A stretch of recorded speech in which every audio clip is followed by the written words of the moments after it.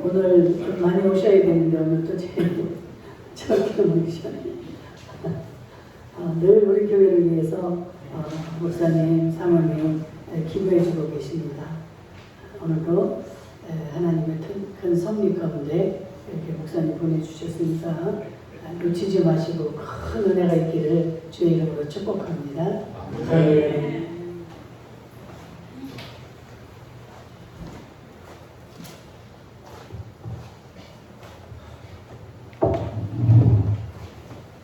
여러분 이렇게 다시 뵙게 돼서 참으로 기쁘고 반갑습니다. 편안하셨죠? 혹시 지난 1년 사이에 돌아가신 분 계신가요? 다 그냥 왜냐하면은 이 코로나 기간 중에 그러니까 2020년, 2021년, 2022년 3년 동안은 저도 꼼짝없이 한국에 올 수가 없었습니다. 출입이 안 됐기 때문에. 그러다가 이제 작년에 왔었고 또 이제 금년에 이렇게 오게 된 것 같습니다. 다들 이렇게 건강한 모습 뵈니까 참으로 기쁘고 반갑습니다. 자, 오늘 말씀 한 절인데요. 인자야 내가 너를 이스라엘 족속의 파수꾼으로 세웠으니 너는 내 입의 말을 듣고 나를 대신해서 그들을 깨우치라. 여러분 파수꾼 하면은요, 지금은 아닙니다만 그 옛날에는 그 성벽, 망루라는 게 있지 않습니까? 망루. 그곳에서 밤새도록 잠자지 않고 깨어서 혹시 적이 몰래 침입해 오는지 안 오는지 정신 차려서 경계근무 쓰는 겁니다. 경계근무. 저는 지난 1975년부터 77년 이 강원도 양구 전방부대 최전선 강원도 양구 최전방 부대에서 근무를 했는데 그때 이제 군대마다 이 구호라는 게 있습니다. 구호라는 게. 군대 다녀오신 분 한 분 좀 손 들어보세요. 혹시 군 복무할 때 그 부대의 구호가 기억나십니까? 나겠죠? 예? 어디에? 논산? 용산? 용산이면은 거기는 카츄샤. 야, 저분은 영어를 잘해가지고 그 미군들과 함께 카츄샤에서 근무를 하셨네요. 미국 살고 계시니까. 저 같은 사람은 아주 강원도 최전방에 가서 그런데 이제 휴전선을 접하고 있기 때문에 저희 부대는 그 구호가 인사할 때, 격리할 때 경계였습니다. 경계. 그래서 무슨 말이 있느냐면은 그런 말이 있어요. 작전에 실패한 지휘관은 용서가 되는데 작전에 그러나 경계 근무에 실패한 지휘관은 용서가 안 된다. 이러한 말이 있었습니다. 그만큼 이 파수꾼, 그러니까 경계 근무가 중요하다는 겁니다. 중요하다는 것인데요. 근데 이제 우리 성경을 보게 되면은 구약 성경에서 특별히 이 선지자들을 갖다가 이 파수꾼에 이렇게 비유하고 있어요. 표현을. 선지자들을. 선지자들은 그 여러 가지 그 역할이 있습니다만 특별히 자신의 그 국가나 민족 공동체의 그 현실을 정확히 진단해서 파악해가지고 잘못된 것이 있으면은 왕에게 과감히 가서 진언을 할 수가 있는 거예요. 외치기도 하고 백성들에게도 외치기도 하고 그러한 역할을 이 선지자들이 감당을 했었습니다.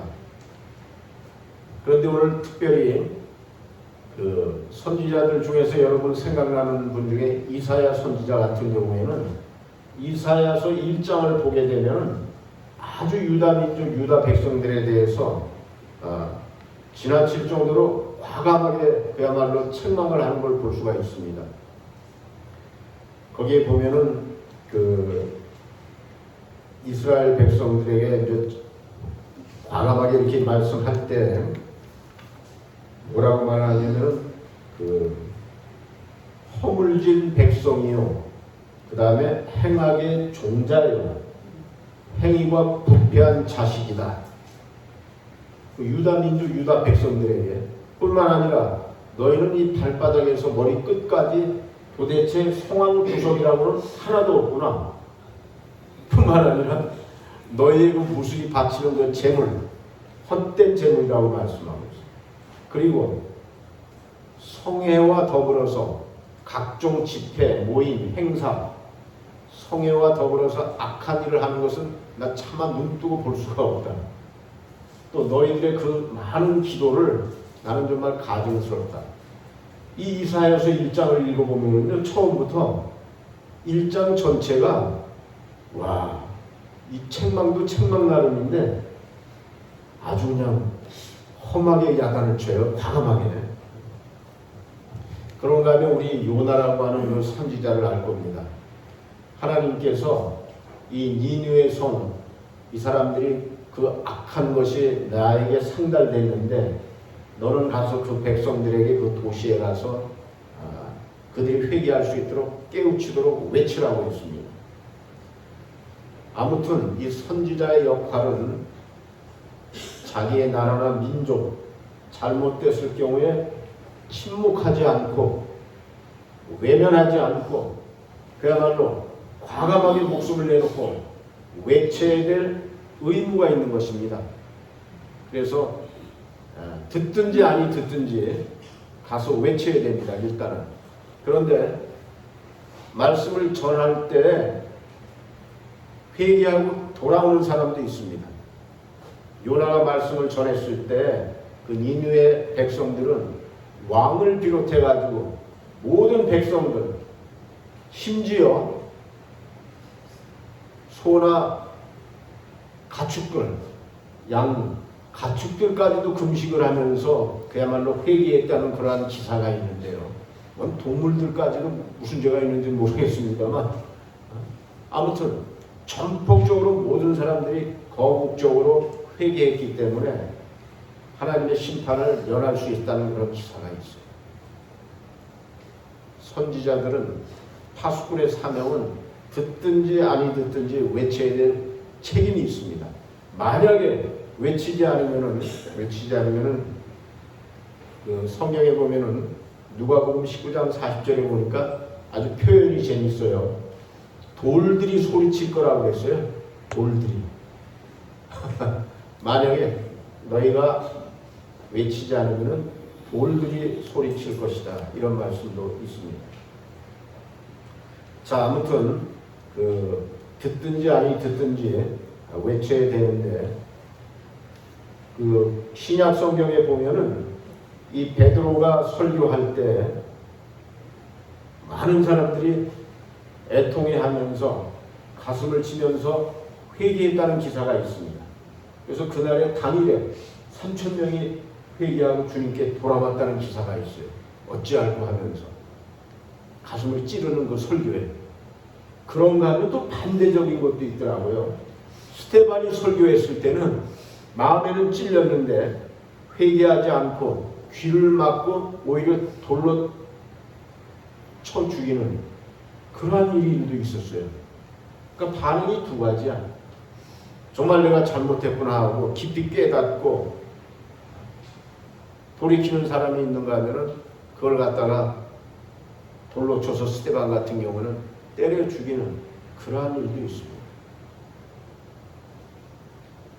자, 그런데 저는 그 이사야 선지자가 외쳤던 당시에 유다 백성들, 유다 민족, 유다 왕국의 그 죄악상과 또 그 죄악상이 하나님께 도달했다는 니느웨 성의 그 각종 죄악이 우리가 살고 있는 이 땅 대한민국과 어떤 면에서는 비슷한 면이 많은 것 같아요.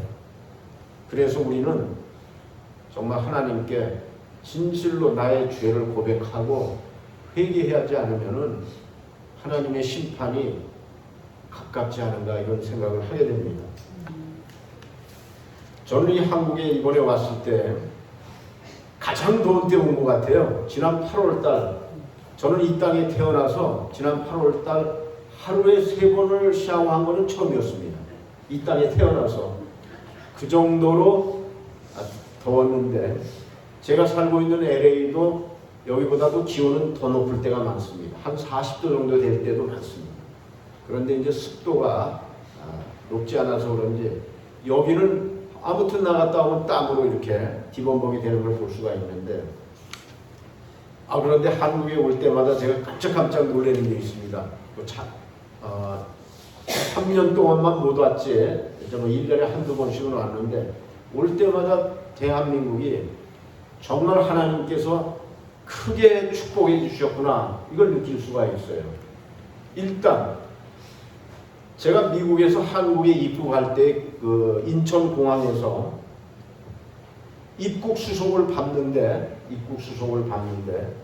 자동 출입국 심사대라는 곳을 거쳤습니다. 그건 미리 등록을 해놓은 거지만 1분 만에 제가 통과를 했습니다.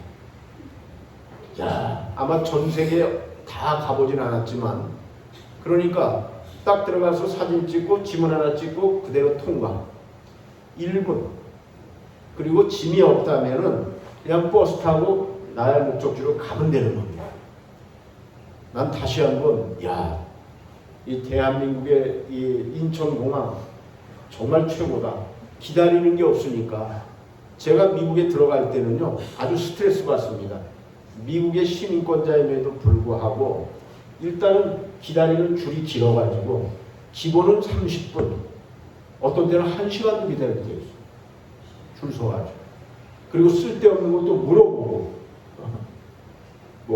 왜 갔다 왔느냐, 며칠 갔다 왔느냐, 꼭 물어볼 일이 뭐가 있어. 아무튼 스트레스 받아요. 시민권자는 대부분 그냥 들여보냅니다만 영주권이 있을 때는 나쁘게 말하면 범죄자 취급을 당하는 기분이 좋지 않았다는 거예요. 근데 한국에 들어올 때는 아무튼 엄청 빨리 들어오는데, 뿐만 아니라 우리는 외국에 나가려면 그 여권이라는 게 다 필요하잖아요. 여권 가지고 계신 분 한번 손 들어보세요. 여권, 대한민국 여권. 아니, 대한민국 손 안 드신 분도 있어서 제가 아직 여권 준비 안 했어요? 해외를 가본 적이 없다. 아니, 가든 안 가든 이 여권이라는 것은 신청을 해서 가지고 있어야 또 언제라도 이렇게 나갈 수가 있으니까.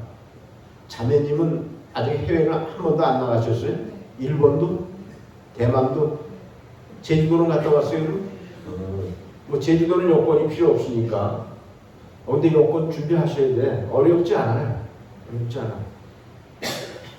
집사님 준비했죠? 손만 안 들었지 지금?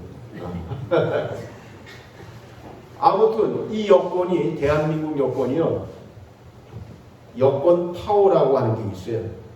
전 세계에서 우리나라 여권이 2번째로. 무슨 말이냐면은 우리나라 여권을 가지고 있으면 미국 여권보다 더 세. 갈 수 있는 나라, 비자를 받지 않고 무비자로 한국 여권이 최고야. 매해 발표를 하는데 우리나라 여권은 전 세계에서 항상 3위 안에 들어요. 보통 2위야. 우리보다 하나 앞서는 건 일본. 그래봤자 한 나라 정도. 우리나라 여권을 가지고 있으면은 전 세계에는 200개가 넘는 나라가 있습니다. 예를 든다면은 이번에 파리에서 올림픽 열렸을 때 206나라가 참가를 했어요. 그러니까 참가하지 않은 나라까지 합치게 되면 전 세계에는 230개의 나라가 있다고 그래요. 근데 우리나라 여권을 가지고 있으면은 193개 나라를 그냥 들어갈 수가 있어. 비자를 받지 않게. 2번째예요, 전 세계에서. 그 정도로 우리 대한민국이 대단한 나라가 됐습니다. 그런가 하면 이제 꽁지는 북한이라든지 아프가니스탄이라든지 시리아 이런 나라들은 이제 한 20-30개 국가밖에 못 가. 나머지는 다 그 비자를 받아가지고 들여보내지도 않고 그런 나라, 위험하니까. 그만큼 우리나라가 안정돼 있고 신뢰를 받는다는 거예요. 저는 이 대한민국이라는 나라가, 저는 1952년생인데 용띠생인데 제가 태어날 때만 해도 우리나라의 1인당 국민소득이 52달러였습니다. 외우기도 좋아. 52년생 52달러. 그리고 평균 수명이 52세였어요, 당시에. 딱 맞네요. 52년. 그래서 외우고 있는 거예요. 그 정도로 수명도 짧았고, 제가 태어날 때는 한 50세 정도 사는 거예요. 그렇기 때문에 한갑잔치 60한다는 것은 그야말로 동네의 경사이기 때문에 마을마다 다 모여서 이렇게 축하를 했던 겁니다.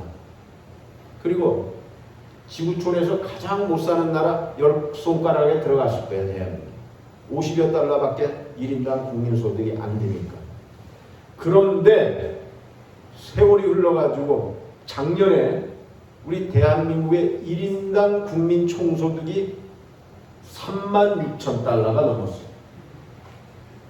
그러면 제가 태어나기 72년 전에는 52달러가 작년에 36,000달러면 700배가 늘어났어.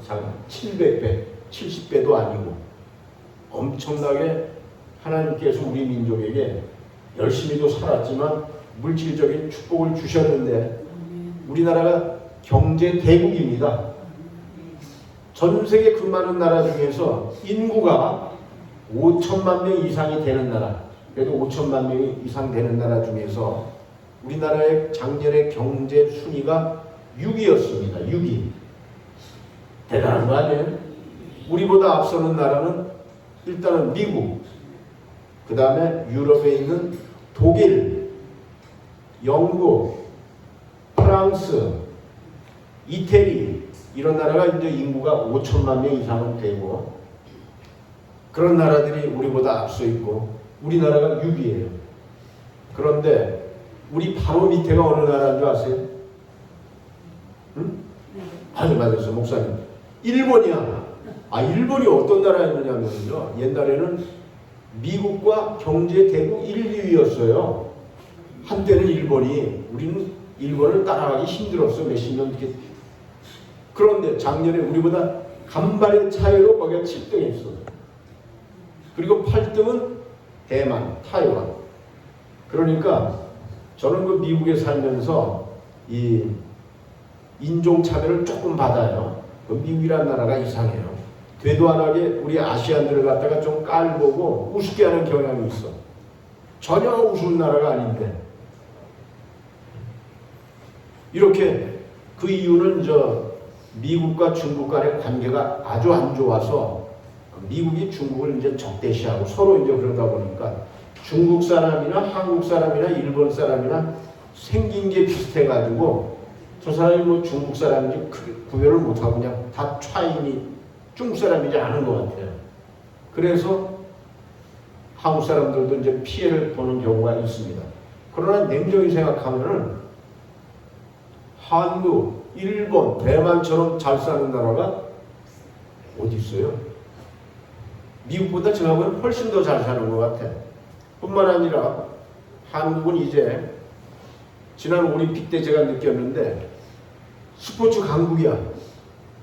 5,100만 명의 인구가 206나라가 올림픽에 참가했는데 우리나라 몇 등 했습니까? 우리나라 혹시 아시는 분? 손 들고. 뭐 몰라도 살아가는 데는 전혀 지장은 없어요. 그러나 206개 나라가 참가했는데 8등 했습니다. 희귀하네. 처음에는 엄살을 좀 떨었어. 금메달 한 5개쯤 딸 것 같다고. 그러나 결과는 금메달 13개, 은메달 9개, 동메달 10개, 합이 32개의 메달을 따가지고 8등을 했어요. 이 조그만한 나라가. 10만 평방킬로미터밖에 안 되는 국토가 조그만한 나라인데 인구는 좀 많지만 한심한 나라가 있습니다. 어딜 것 같아요? 지금 지구촌에서 가장 인구가 많은 나라는 인도입니다. 인도가 작년인가 재작년부터 중국을 앞질렀어. 겨우 인도는 14억 한 2천만 명 정도 된다고요. 그 다음에 한 1,000만 명 차이로다가 중국이 2등. 앞으로는 인도가 계속 앞서갈 것 같아요. 인구 대국 1위. 그런데 한심한 거는 14억 2천만 명이나 되는 전 세계에서 인구가 가장 많은 인도는 금메달을 하나도 안 땄어. 야, 그러기도 쉽지 않을 것 같아. 인문화라는 운동 안 하기로 작심한 거지. 어쩌면 그러기도 쉽지 않을 것 같아요. 그렇죠? 그 많은 이 운동 잘하면은 얼마나 그 출세하게 되면은 물질적으로도 엄청난 그 부를 창출하는데 그 가난한 나라잖아요. 인도 어떻게 보면. 그 애도 운동이라도 시키지. 볼 하나 주면 축구도 할 수 있고 볼 하나 주면 농구도 할 수 있고 이건 큰 돈도 안 들 것 같아요. 아무튼 대한민국은 스포츠 강국이에요. 뿐만 아니라 우리나라는 이제 한 10년, 20년 전만 해도 한국을 모르는 무식한 놈들이 있었어요. 무식한 놈들이에요. 대한민국을 왜 몰라? 공부를 안 해서 몰라. 정말이에요. 그런데 지금은 어느 나라나 한국을 모르는 사람 거의 없습니다. 거의 없어. 그 이유는 그 K-컬처, 한류 열풍이라는 것이 전 세계 그 드라마, 무슨 뭐 대장금 뭐 저쪽 그다음에 뭐 BTS, 블랙핑크, 그다음에 오징어 게임, 뭐 아무튼 세계적으로 이런 한국의 문화가 퍼지기 시작하면서 지금은 그 유튜브를 보면은요, 그 여행을 다니는 유튜버들이 있더라고. 여행 각 나라를 막 다니면서 재미나는 것도 많아요. 그런데 유명한 사람도 아닌데 한국 태극기 보이고 한국에서 왔다 그러면 다 사진 찍자고 그러는 거니까 사진 찍어. 다 애들도 쫓아오고 그만큼 한국을 높이 평가하는 거예요. 모르는 사람이 거의 없어. 이 정도로 하나님께서는 우리 민족을 전 세계에 그야말로 세워주신 것 같아요. 이 땅에 복음이 들어와서. 그런데 저는 지난 9월 18일 그러니까 오늘 있어서 4일 전에 또다시 깜짝 놀랐어요. 목사님 왜 이렇게 놀라는 게 많아? 4일 전에 대한민국이 지금 의료 파업으로다가 어려움을 겪고 있죠. 의사들 그 전공인지 뭐 아직도 이제 저걸 못 맺고 있는데 그런데 미국의 시사 주간지 뉴스위크라고 하는 잡지가 있어요. 잘 알려진 유명한 잡지가. 이 잡지가 4일 전에 전 세계에서 암 치료를 제일 잘하는 병원 10개를 선정했어요. 암 치료를 1등과 2등은 미국이었어요. 그런데 대한민국 병원이 3등, 5등, 8등을 했어. 아니 전 세계 랭킹 10위 안에 대한민국이 그 많은 나라, 그 많은 병원 중에서 3개가 뉴스위크가 그 권위 있는 시사 주간지가 전 세계 병원을 대상으로 했는데, 그러니까 여러분 이런 나라에 살고 있어요. 외국에 나가서 치료 안 해도 돼. 한국의 병원들이 아주 우수합니다. 3위에는 어느 병원이었을까요? 퀴즈. 그럼 대한민국 있는 병원 중에서 3위는 어느 병원이야? 삼성 서울병원 되겠습니다. 맞췄습니다. 앞으로 빨리 급히 나오세요. 상금 맞췄으니까. 자, 그러면은 5등은 어느 병원일까? 5등. 자, 뭐니 해도 머니가 최고니까 행운의 $2. 5등. 대한민국 병원 중에서 전 세계적으로 암 치료를 잘하는 병원 5위. 생각해보세요. 손 들고 항상 그래야. 네. 박수. 서울 아산병원 되겠습니다. 제가 갖다 드릴게요. 나오게 시간 걸리니까.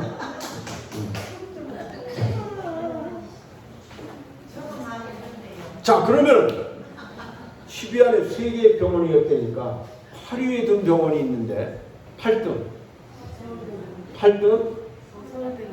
목사님 잘 맞추시네요. 오늘 퀴즈에 강하네요.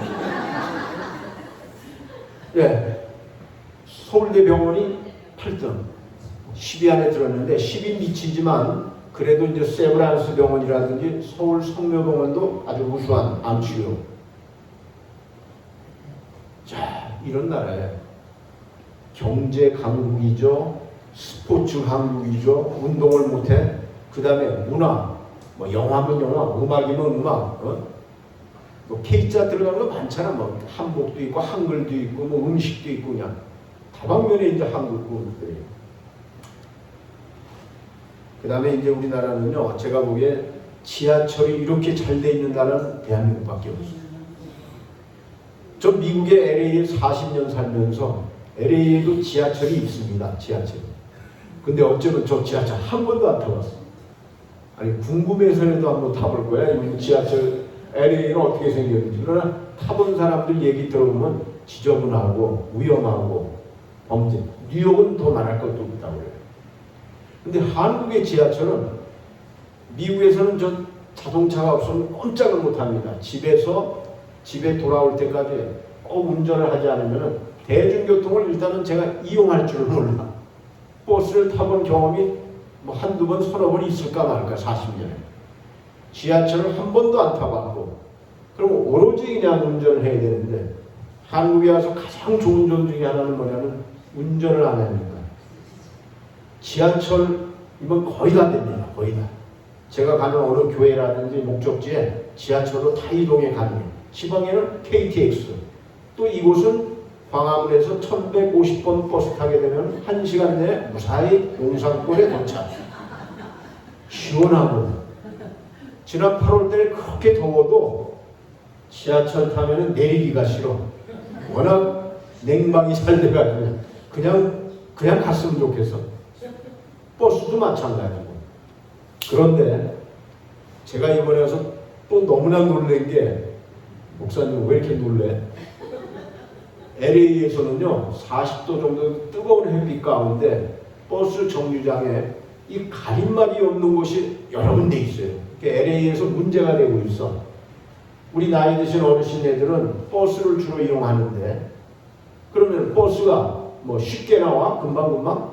그 다음에 버스가 언제 온다고 표시도 안 돼 있어. 우리 한국처럼 몇 분 버스가 몇 분 있으면 도착합니다. 이런 게 안 돼 있어. 그러니까 마냥 기다리는 거야, 올 때까지. 언제 올지 모르지만. 그런데 이 뜨거운 대낮에 가림막이 없는 데가 많은 버스. 떼약볕에서. 이게 사회적 문제가 돼가지고 이걸 가지고 또 LA시가 연구 검토하고 있어.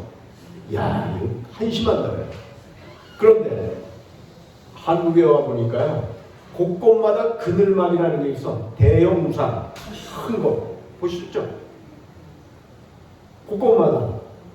그러니까 횡단보도라든지 이런 데서 거기 그늘막에서 기다리는데 앞으로 4년 후면은 LA에서 올림픽이 열립니다. 올림픽이 4년 동안에 많은 것을 고치건다든지 보완을 해야 되는데 LA시의 흑인 시장인 캐런 베스를 비롯해서 이 담당자들이 서울을 방문해야 돼요. 방문해서 이거 보면 한꺼번에 해결이 되겠어요. 이 그늘만 수입해가지고 설치하는데 그냥 놓으면 되겠더라고. 그냥 이동도 간편하고. 근데 그게 뭐가 그렇게 힘든지 그걸 가지고 연구 검토하고 세월 다 보내는 거 보면 아주 한심한 것 같아요. 더 놀란 거는요, 에어컨이 위에서 나오는 데는 깜짝 놀랐어. 에어컨 나오는 데가 있어요. 찬바람. 전 세계에서 우리나라밖에 없다고 보시면.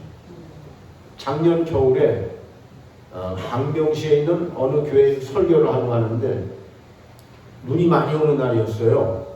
이 버스를 기다리는데 제가 의자에 딱 앉는데 엉덩이가 따뜻해져 오기 시작하는 거야. 이놈의 온돌 벤치가 있는 나라는 전 세계에 난 찾아볼래. 엄청난 나라예요. 겨울에 벤치에 난방장치가 온돌이 돼 있다. 이거 상상이 안 가. 그러니까 대한민국은 뭔가 불편하다 해야 된다고 하는 것 같아요. 에어컨이 안 나오나. 이런 나라에 여러분이 살고 있습니다. 중동에 있는 그 여러 나라 외교관들이 여기 와 있는데 근무하고 갈 때는 한결같이 하는 말이 대한민국은 국토 전체가 공원이다. 공원. 사막지대니까 중동은. 근데 한국은 산과 강과 바다와 계곡과 온통 푸르름이잖아요. 이거 보면 이건 국립공원이야. 다 전체가 다. 너무너무 부러워하는 거예요. 신명기 8장 10절에 보면은 여호와께서 이 내게 옥토로 주셨음을 인하여 찬송하라 이런 말이 있는데 그야말로 우리 민족 옥토로 주셨음을 우리 찬양해야 됩니다. 이 땅에 태어난 것 정말 감사하다. 불만하고 불평할 것 물론 어려움도 있겠습니다만 세계 사람들이 보는 대한민국은 우리가 생각하는 것보다 어마어마한 축복을 하나님께로 받았습니다. 인정해야 됩니다. 제가 오늘 오면서 결심을 한 가지 한 게 있었는데 또 지켜지지가 않는데 근데 제가 가장 요즘 고민하는 게 뭐냐면요. 말씀을 어떻게 하면은 좀 짧게 끝낼까 하는 건데 지난 6월 12일이었습니다. 저는 매일 뉴스를 전하기 때문에 새벽마다 국내외 뉴스를 아침이면 2~3시간씩 해가지고 정리해가지고 아침마다 뉴스를 전하는데 지난 6월 12일 날 바티칸에서는 교황 프란치스코 교황이 이 사제들을 향해서 그러니까 목사님들을 향해서 강론을 하는데 말씀을 전하는데 사제들아 신부들한테 당신네들 강론할 때 그러니까 설교할 때 8분 이상 넘지 마 이런 말을 했어. 그래서 이게 방송의 신문에 다 났어. 교황이 사제들에게 당신네들 강론할 때 8분 이상 넘지 마세요. 그러면은 집중력도 떨어지고 이 듣는 신도들이 좁니다. 이런 말씀을 했어요. 근데 그걸 듣고 충격을 받았어. 아니 옛날에 마크 트웨인이라고 하는 미국의 작가가 100몇 년 전에 목사님 설교가 20분을 넘게 되면은 이 죄인들도 구원받기를 포기한다고 그랬는데 아니 교황님은 어떻게 8분 내에 다 마치라고 그러네. 근데 한국에 올 때마다 제가 느끼는 것이 설교가 길어지면 딴짓하고 스마트폰 들여다보고 하는 경우를 좀 볼 수가 있어요. 강대상에 올라가면 이게 뭐예요? 이게 또 새벽 예배 같은 데는 불빛이 보여요. 그러면은 안 되죠. 근데 그거는 장단점은 있어요. 시대에 맞춰서 맞춰줘야 되는 것도 있어. 예배가 이제 보통 1시간에서 1시간 뭐 20~30분 내에 대부분 끝난다든지 또 오후에 일과도 있고 점심도 먹고 그런데 다는 아니에요. 우리가 어려웠을 시대는 우리가 가난하고 춥고 배고프고 떨릴 때는 간절함이라는 것도 있었어. 갈급함이라는 것도 있었어. 정확히 지금으로부터 31년 전 1993년 제가 지금 전쟁을 한참 하고 있는 우크라이나를 갔다가 한 주간 동안 가서 집회를 한 적이 있습니다. 1993년 31년 전에 우크라이나 지금 전쟁하고 있는데 기본이 3시간, 1시간 찬양 말씀은 하고 싶은 대로 왜? 그들이 형편이 너무 어렵기 때문에 갈급해서 힘들어. 그 다음에 기도는 1시간, 2시간 하다가 가고 목사님 하시고 싶은 대로. 그러나 우리는 지금 그런 시대 아니에요. 너무나 풍요롭고 배부르기 때문에 2년 후인 1995년에 저는 북한 땅을 한 일주일 동안 취재를 갔었습니다. 내년이면 뭐 30년 되네. 야, 세월이 많이 흘러갔어. 제가 평양 봉숙교회 예배 실황을 1시간 반 정확히 예배 드리더라고요. 거기 1시간 반 예배가. 그걸 갖다가 전량 녹음을 해가지고 국내외에 처음으로 다 공개해서 그야말로 엄청난 반응을 일으켰어요. 이유는 이 북한에 교회가 있다고 하는데 이게 제대로 예배를 드리는 거야? 궁금해했었어요. 제가 최초로 그걸 갖다가 국내외에 알렸어요. 뿐만 아니라 평양의 밤 12시에 LA 아침 8시 뉴스를 제가 평양에서 최초로 전화로 뉴스를 전했어요. 슬쩍 자기 자랑을 하는 거예요. 방송 생활에 이런 때도 있었다. 그런데 이게 기록으로 남는 거고 이게 대단한 거였으니까 당시에는 큰 반응을 일으켰으니까 세월이 많이 흘렀네요. 무슨 얘기를 하고 싶으냐면은 제가 다녀온 다음에 1995년 이후에 북한 땅에는 기근이 들어서 한 300만 명 정도가 죽었다고 하는데 도저히 믿어지지도 않네. 20세기 대명 전쟁 300만 명이 굶어 죽었다. 이거 보면 부풀린 게 아닌가. 아무튼 기록에 그렇게 나왔는데 제가 남쪽에 내려오니까 남쪽은 많이 먹어서 고통스러워하는 남쪽. 많이 먹어서 고통스러워. 배 터져 죽는다. 이렇게 그냥 남과 북이 이렇게 갈라져 있어요. 자, 이제는 대한민국이 어마무시한 나라가 됐는데 나는 섬에서도 짜장면 시켜 먹는 거 보고 깜짝 놀라서 충남 어디에 있는 이 섬에서 할머니가 스마트폰으로다 짜장면하고 탕수육 하나 금방 날라 금방. 야, 드론이라고 하는 걸로 드론 알죠? 드론 3kg까지는 그 드론에 실려가지고 생활 필수품이라든지 피자라든지 짜장면이야. 주로 짜장면 먹으면 거기 이제 짜장면 집이 없으니까 자기네 조그만한 섬에는 전화 한 통화로 드론으로 짜장면이 다 바로 터지기 전에 배달되는 나라가 전 세계에 있는 미국. 그래서 우선 32개 섬마을에 그 다음에 17개 국립공원에 드론으로다가 지금 배달이 돼요. 어마무시한 나라야. 편해. 한 가지만 더 말씀드리고 이런 거 얘기하려면 한도 끝도 없어. 여러분만 모를 뿐이야. 저는요 제 숙소가 광화문에 있는데 너무 기분 좋은 게 한국에 올 때마다 머리 길지도 않은데 머리 깎으러 갑니다. 이반 일주일에 한 번도 가보게 막 깎을 머리도 없는데 제 광화문 숙소 종각에서 정확히 제 숙소에서 한 10분 정도 새벽에 걸어가면은 종로 2가 탑골 공원이 있죠. 종로 3가역이나 종각역의 중간에 파고다 공원이 있는데 거기에 가면은 이발소가 수십 군데가 있어. 수십 군데. 아마 전 세계에서 가장 이발소가 몰려있는 곳이 그곳이 아닌가 싶어요. 그런데 전 기분 너무 좋아. 지난달이었습니다. 지난달 같은 경우에 제가 새벽 5시 반에 집을 나서가지고 5시 40분에 딱 도착했는데 문이 열려 있는 거예요. 그리고 이미 두 사람이 한 사람은 염색하고 있고 한 사람은 머리 깎았어요. 제가 세 번째 손님이에요. 아니 새벽 5시 반에 문 여는 이발소가 전 세계에 어디 있나요? 나한테 좀 가르쳐 주세요. 다 가보지 않아서는 모르지만 없어. 정말 없을 것 같아요. 일주일 전인가는 6시 몇 분에 갔는데 역시 마찬가지로 문 열려 있어서 깎았습니다. 제 머리를 깎아주신 분은 40년 경력이래. 그리고 이제 은퇴하고 나이 드셔가지고 파트타임으로 아르바이트처럼 이렇게 하는 것 같아요. 새벽에 이렇게 나오기도 하고 또 교대로 하는 것 같아요. 근데 왜 이렇게 새벽에 문을 열까 손님이 있을까 싶었는데 우리 노인네들이 새벽잠이 없잖아. 그러니까 지하철 타고 1호선으로 다 오는 거야. 첫 차를 타고.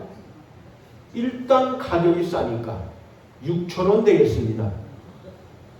난 미국에서 25달러 한 3만 원 넘게 주고 이발을 합니다. 그러면 여기서 5번을 깎을 수 있어.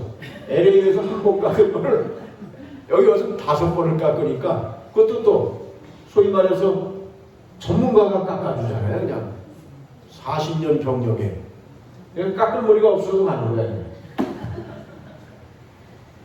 참 난 이런 걸 갖다가 가성비 만점이라고 그래요. 가격 대비 만족도가 너무 흡족한 거야. 그냥. 아무튼 이런 나라인데 하나만 더. 얼마 전에 영국에서 똑똑한 민족, IQ가 높은 민족을 갖다가 했는데 우리 생각에는 이스라엘 민족이 상당히 우수하기 때문에 IQ가 제일 높을 것 같아서 아니면 일본만. 대한민국이 IQ 106으로다가 1등을 했어요. 똑똑한 민족이야. 영리하죠. 그러니 이렇게 하는 거지. 무식하면 이렇게 1등 할 수 있어요.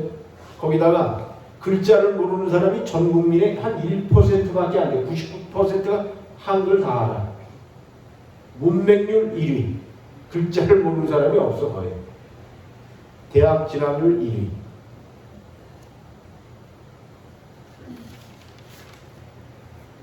자, 그런데 오늘 본문 말씀에 보면은 너를 이스라엘 민족의 파수꾼으로 세웠는데 그런가 하면 빛과 그림자처럼 대한민국에는 장점도 많고 좋은 점도 많은 반면에 이건 아니다 싶은 것도 많아. 그걸 우리 그리스도인들이 깨우쳐야 돼요. 자, 이렇게 보시면 돼. 우리나라가 이제 부여해지니까 기도서 3장 3절에 보니까 각색 정욕과 행락의 종로로 탄다는 말씀이 있습니다. 사람이 부유해지면 뭐 하냐면요, 일단은 교만해져. 그 다음에 먹고 마시고 노는 쪽으로 발달해. 텔레비 보면은 이 먹방이라는 것, 대한민국에 그냥 먹는 것 무지하게 많이 나. 난 거기 좀 한번 가봤으면 좋겠는데 누구도 안 데려가대. 싸고도 맛있는 데가 그렇게 많더라고요. 아무튼 그냥 먹고 마시고, 우리나라 사람들은 알다시피 술도 잘 마시잖아요. 그래서 그런지 음주 충만, 혈기 충만. 이제는 옛날에 헝그리 정신이 다 사라졌어. 헝그리 정신, 배고픈 게 다 사라졌어. 그 대신 남은 건 뭐냐면은 앵그리만 남았어. 분노만 남았어. 화만 남아가지고 제 광화문 숙소 앞에서는 토요일과 주말에는 뭐 어김없이 누군가 나와서 시위를 하는 거예요. 광화문 유명하잖아요. 제 숙소까지 다 들려요. 문을 닫아. 그렇게 분노에 찬 음성으로다가 이놈 나라 다 때려잡아야 된다고, 더 달라고 그러는 거죠. 못 살겠다고. 못 사는 것 같지 않아요. 뿐만 아니라 우리 민족은 이제는 불의는 참아, 불이익은 도무지 못 참아. 그래서 요즘에는 의사 같은 최고로 잘 버는 사람도, 미국에서는 제일 돈 많이 버는 사람이 의사예요. 의사들이 한인타운 내 LA의 중요한 대형 빌딩은 다 의사들 거예요. 얼마나 돈을 잘 버는지. 그런데도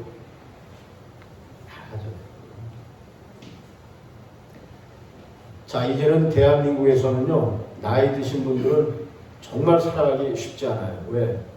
옛날에는 그 신명기 32장 7절에 보면은, 신명기 32장 7절에 보면은 역대 연대를 기억하고 너희는 어른들에게, 장로들에게, 윗사람에게 물어보라고 했어. 그러면 그들이 가르치겠다고 했어요. 그만큼 나이가 들었다는 것은 경험도 많고 살아온 지혜도 많기 때문에 항상 아랫사람이 아버지나 할아버지한테 물어봤잖아요. 지금은 거꾸로 됐어. 완전 거꾸로. 하다못해 스마트폰 뭐든지 어린 사람한테, 자식이라든지 한테 물어봐야 되는 시대가 됐어. 군대에서도 마찬가지예요. 상사가 그 젊은 병사들한테 물어봐야 돼. 이거. 직장에서도 마찬가지예요. 사장님이 젊은이들한테 이거 어떻게 해야 되지, 저거 어떻게 해야 되지 물어봐야 돼. 그러다 보니까 권위가 상실됐어요. 어른들의 권위가. 사사기 21장 25절에 보면은요, 끝에 무슨 말이 나오냐면, 당시 이스라엘의 왕이 없을 때 사람들이 저마다 제 소견에 옳다고 생각되는 대로 행하더라고 하고 있어요. 이 사사시대의 분위기가 그랬어요. 지금 우리 시대가 그래요. 저마다 잘났어 이제. 그래서 저마다 제 생각이 옳다고 생각되는 대로. 그리고 젊은이들에게 충고라도 하고 이렇게 하게 되면 뭐라고 해요? 너나 잘하셔요. 그 영화에 나오는 그 친절한 금자씨에 나오는 그 대사. 너나 잘하셔요. 이런 식이라고. 권위가 상실된 시대에 우리가 살고 있어요. 가장 또 우리를 마음 아프게 하는 건 뭐냐면은, 우리 교회만이라도 올바르게 가야 되는데, 우리 믿는 사람이라도 세상 사람은 그렇다고 쳐도 우리는 좀 달라야 돼요. 그런데 갈수록 제가 와보면 교인들이 줄어들고 있어요. 교회마다. 제가 그저께인가 며칠 전에 오산리 기도원에 가서 집회를 하는데 그 대성전이 얼마나 그 수천 명이 듬성듬성 있더라고요. 많지 않더라고요. 갈수록 이렇게 교인들이 줄어드는 추세가 여러 가지 생각해 볼 수가 있는데, 신앙의 이중성 때문에 그렇다는 생각이 들어요. 무슨 말이냐면 우리가 입술로는 하나님을 시인합니다. 그런데 행동으로는 부인하는 그러한 시대에 살고 있지 않는가. 기도하는 대로 우리가 믿는 대로 밖에 나가서도 그렇게 생활을 해야 되는데 완전히 교회 생활 따로 밖에 생활 따로 하니까 안 믿는 불신자들이 믿는 사람들 갖다가 조롱하고 무시하고 교회 거기 갈 일이 있냐? 이러한 시대가 되어가고 있는 거예요. 우리 한 사람 한 사람이 정말 거룩히 여기심을 받으셔야 될 존귀하신 하나님의 이름이 우리로 인해서 불신자들 사이에 이방인들 사이에 모욕을 받는 일이 없도록 각별인가 신경을 써야 됩니다.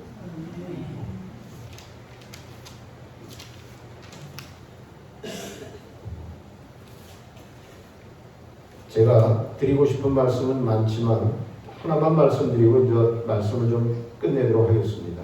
여기 계신 분들 주로 이제 연세 드신 분들인데 나이가 들게 되면은 4가지의 위험 요소가 있다고 해요. 나이가 들게 되면 조심해야 될 거.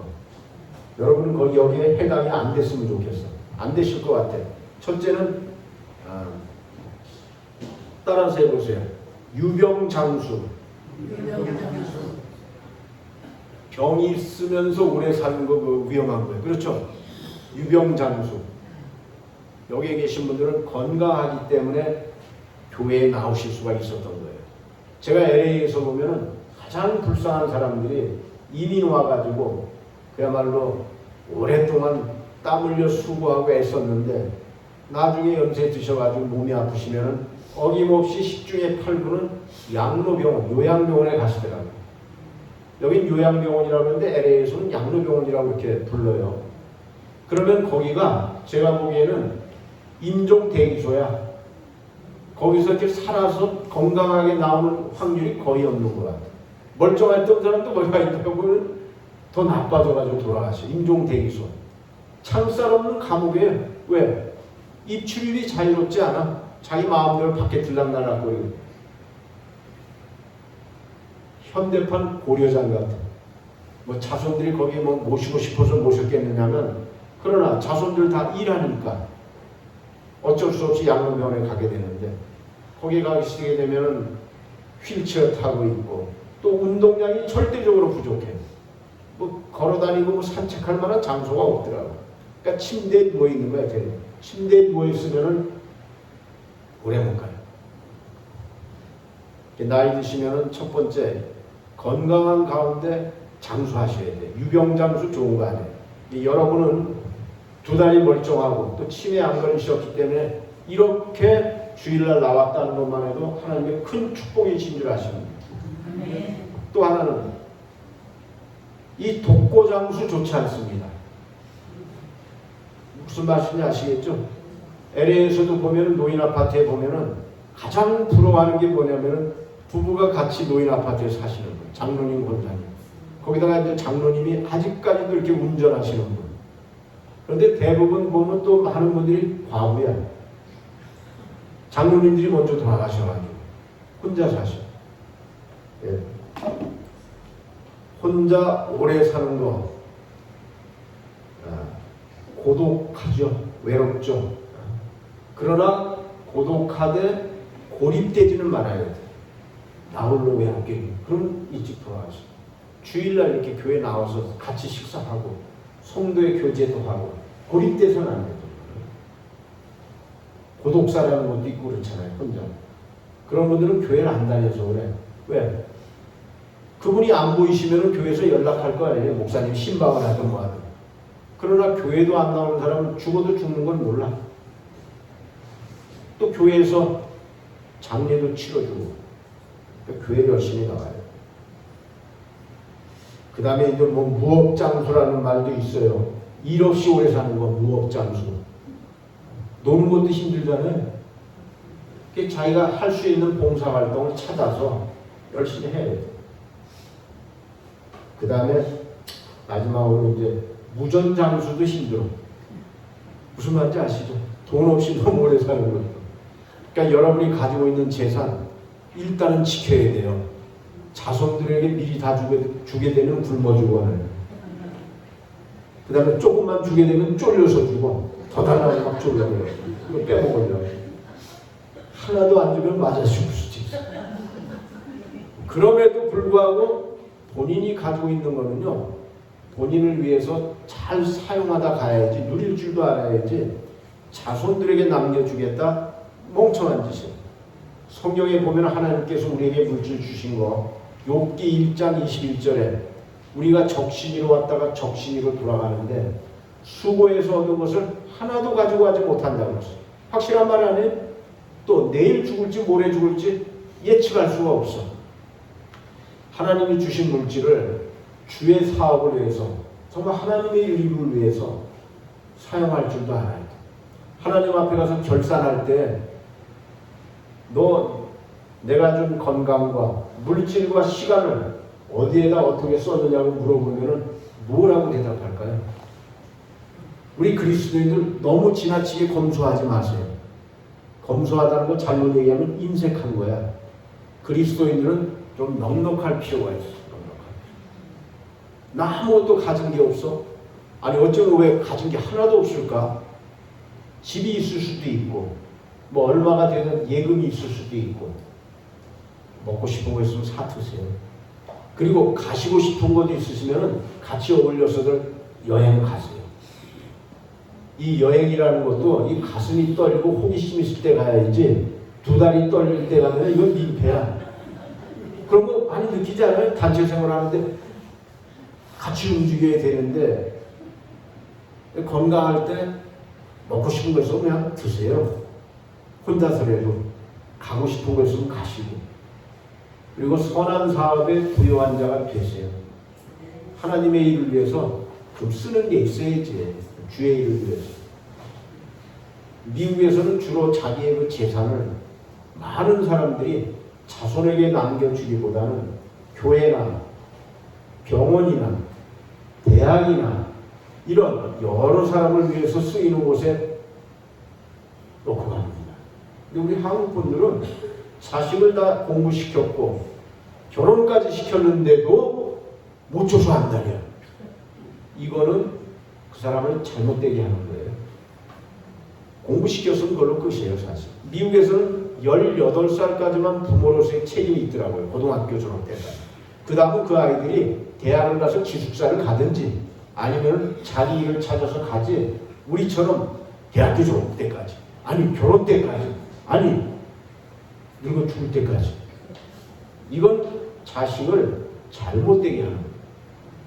여러분이 이제 그동안 애 많이 쓰셨고 수고할 만큼 수고하셨어요.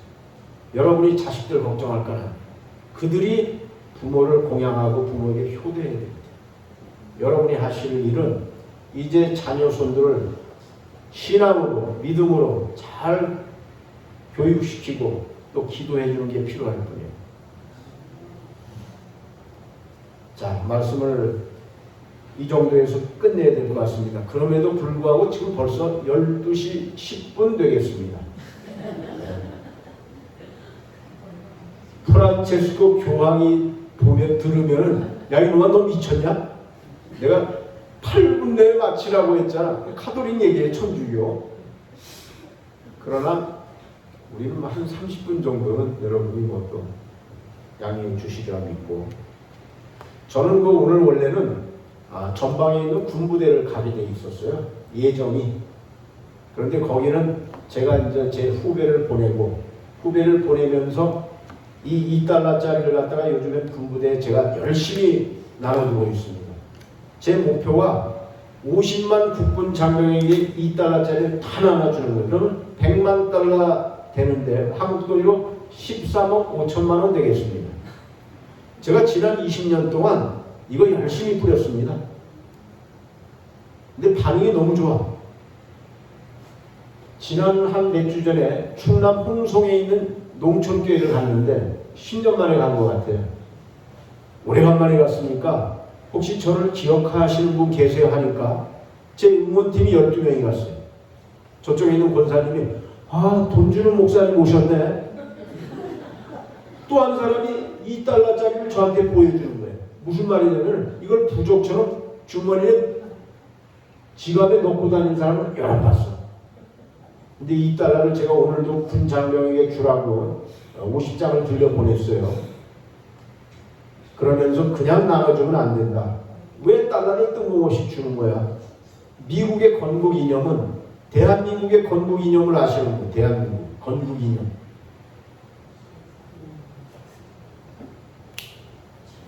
홍익인간이라고 그래가지고 널리 인간 세계를 뭐 이롭게 한다고 그런 이념이 있는데 미국의 건국 이념은요, 이 기독교 정신에 의해서 총교도 정신에 의해서 세워진 나라인데 이 화폐마다 여기다가 우리는 하나님을 믿습니다라는 말을 써놨어. 미국 돈에 지폐든 동전이든 다 써놨어요. 영어로는 In God we trust라고 하는데 우리는 하나님을 신뢰합니다, 믿습니다라는 말을 갖다가 돈에다 다 써놨어. 왜? 돈을 믿고 살까봐 그랬는 모양이에요. 하나님을 믿고 의지해야 되는데 돈에 너무 소망을 둘까봐 그 말을 써놨어. 그래서 장병들에게 이걸 다 나눠준 다음에 어디에 그 글자가 쓰여져 있는지 한번 찾아보세요 하면은요, 대대장님부터 시작해서 왜 하나 더 주겠다고 그러니까 그 사진 보면 찍어놓은 거 보면 열심히 그 글자 어디에 있지? 그래서 제일 먼저 찾는 사람은 이제 하나 더 준다든지 이렇게 하는데, 오늘은 오산이 기도원에 가서 제가 노인네들은 이거 찾아보는 거 너무 힘들어서 저출산에 대한 얘기를 좀 했어요. 우리나라가 가장 힘든 게 뭐냐면 지금 애로사항이 아이를 안 낳는 거예요. 아이를. 하나님께서 생육하고 번성하라고 그랬는데 우리 민족은 그 말씀에 대해서 절대적으로 거부하고 있어. 애 안 낳겠다는. 그 다음에 자살률 1위. 살만한 나라예요. 왜 이렇게 1등이야 우리나라가. 자기 목숨을 스스로 끝나요. 그래서 오산이 기도원에서 제가 여기에 계신 분들 중에서 아이를 5명 이상 낳으신 분이 있으시면 한번 손 들어보라고 그랬어요. 5명 이상. 여기 계신 분들 중에서 나는 자녀를 5명 이상 낳으신 분 있으세요? 있을 것 같은데 옛날에는 그 이상 낳으셨나? 5명 이상 아이를 낳으신 분, 자녀를 없어요? 왜냐면 우리 때는 둘만 낳아 잘 키우자고 해서 저도 둘 낳았어요. 무작정 나타보면 거짓권 못 면한다 이런 거 표어가 있었어. 옛날에. 지금은 뭐 아니에요. 그러면은 옛날에 어머니들은 기본으로 5명, 6명은 낳는데 혹시 자녀가 몇 되세요? 남매. 권사님 자녀가 몇이야? 응? 그러시구나. 권사님은 자녀가 몇? 이렇구나. 자녀가 몇 명? 자녀가 몇 명? 무슨 말인지 알겠네. 자녀가 예. 5명 있잖아요, 여기 이렇게. 근데 지금 알았어. 우리 권사님들 중에는 제가 이렇게 말해도 잘 이렇게 못 알아듣시는 분이 있네, 귀가. 그래서 저도 목소리를 자꾸 높이려고 해요. 아무래도 이제 청력이 약해서 제가. 5명 나셨네. 또, 권사님은? 3명. 3명은 뭐, 국가에 크게 이바지한 것 같지 않아. 이틀 전이었습니다. 대한민국의 국가 영웅이 탄생했어. 5명 아시네. 아시네. 참. 이틀 전에 자연분만에 의해서 시술이 아니고 5명의 쌍둥이가 나왔는데 3남 2녀. 그 여자분이 30살인데 키가 150cm야. 이렇게 작으신 분이 이 뱃속에 어떻게 5명이 들어가 있는지 엄청난 국가의 애국을 하신 분이에요. 난 나라에서 가만히 안 있을 줄로 믿어요. 그 동두천 사람인데, 동두천에 사는데 그 시에서도 대학교 졸업할 때까지 다 키워줘야지. 5명을 낳았어. 얼마나 감사한 일이에요. 자, 오늘 말씀 마치겠는데요. 이제 우리에게 말씀하신 대로 여러분 한 분 한 분이 다 이 시대의 영적 타수꾼이에요. 선지자예요. 잘못된 것은 우리가 고쳐나가야 되고 또 가르쳐줘야 되고 외쳐야 돼요. 그냥 뭐 좋은 게 좋은 거지 침묵하고 외면하면 소망 없어, 이 민족도. 많은 것 우리가 누릴 수 있도록 하나님 축복해 주신 것을 잘 유지해 나가려면 정말 바르게 신앙생활을 해야 됩니다. 자, 그런 의미에서 여러분들에게 빨리 제가 1불짜리 하나씩 다 드릴 테니까 가서 손주들 하나씩 다 주시기 바랍니다. 자, 그리고 우리 예배 끝난 다음에 인증샷이라는 걸 한번 찍죠. 제가 19년 동안은 이걸 사진을 찍질 않았는데 금년에는 군부대에서 이렇게 좀 찍어. 그리고 내 친구들한테 야, 내 군부대 가려면 기본이 50만 원, 100만 원 드는데 너네가 좀 이제 좀 같이 가든지 너네가 피자를 사주든지 달러를 좀 나눠주게 해달라. 지금 캠페인을 벌이고 있어요. 자, 빨리 하고 마치도록 하겠습니다. 제가 하나씩 드릴게요.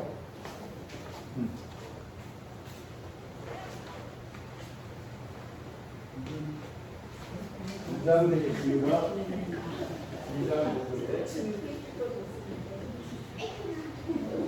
자, 그러시면서 여러분이 우리는 하나님을 믿습니다. 인가드리 트러스를 한번 찾아보세요.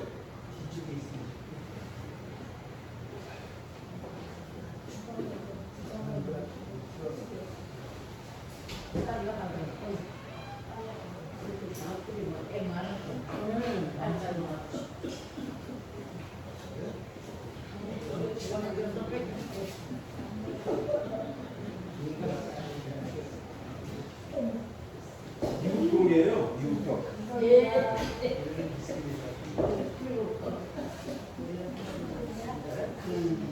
자, 인가드 위트러스 우리 하나님 믿습니다. 영어로 돼 있어서 이 권사님들은 잘 못 찾겠고 저기 뭐 미국에서 하니까 금방 찾았네.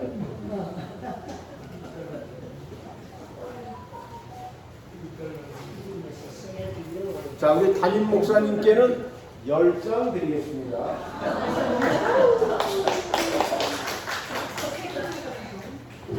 자, 우리 찾는 거는 이제 집에 가서 찾으시고 잠깐 기도하고 마치도록 하겠습니다. 주님 은혜를 감사드립니다. 오늘 거룩한 주일을 맞이해서 오늘 임마누엘 교회에서 말씀을 전할 수 있도록 은혜 베풀어 주신 것 참으로 감사합니다. 생각해 볼 때 각종 사건 사고가 난무하는 가운데서도 저희들 생명 지켜주시고 이 자리까지 올 수 있도록 하나님 지켜주신 것 감사합니다. 남은 생애가 주 안에서 복된 삶 살게 하여 주시옵시고